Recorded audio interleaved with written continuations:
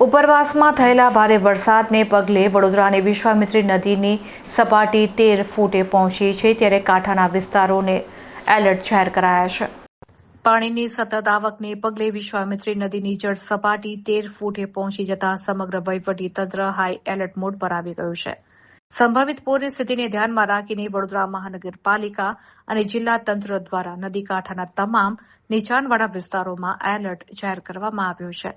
તંત્ર દ્વારા કાંઠા સૂચક વિસ્તારોમાં રહેતા નાગરિકોને સતર્ક રહેવા અને જરૂરી સાવચેતી રાખવા ખાસ સૂચનાઓ આપવામાં આવી છે.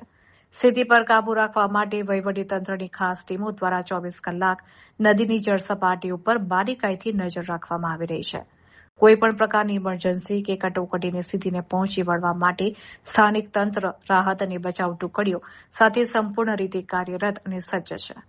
આ સાથે જ વહીવટી તંત્ર દ્વારા વડોદરાના નાગરિકોને અપીલ કરવામાં આવી છે કે સોશિયલ મીડિયા ઉપર વહેતી થતી અફવાઓથી દૂર રહેવું અને માત્ર સરકારી કે સત્તાવાર જાહેર કરાયેલી માહિતી ઉપર જ વિશ્વાસ રાખવો.